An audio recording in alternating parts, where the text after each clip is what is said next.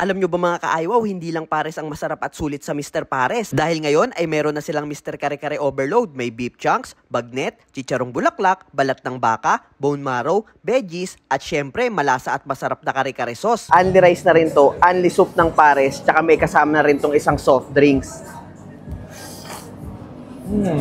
Bukod dito, starting 5 AM to 10 AM ay meron na rin silang breakfast overload. May beef tapa, pork tocino, longganisa, sinangag at itlog. At para masulit, only rice na rin at only coffee tong kanilang breakfast overload. Siyempre, pag sinabing Mr. Pares, hindi mawawala ang kanilang Pares overload. For only 250 pesos, only rice, only soup na to. Tapos may isang kasamang soft drinks. May bone marrow, beef chunks, bagnet, chicharong bulaklak. Tikman natin sa sabaw. Grabe, iba talaga yung sabaw dito sa Mr. Pares. Tapos ang lalaki rin ng kanilang beef chunks.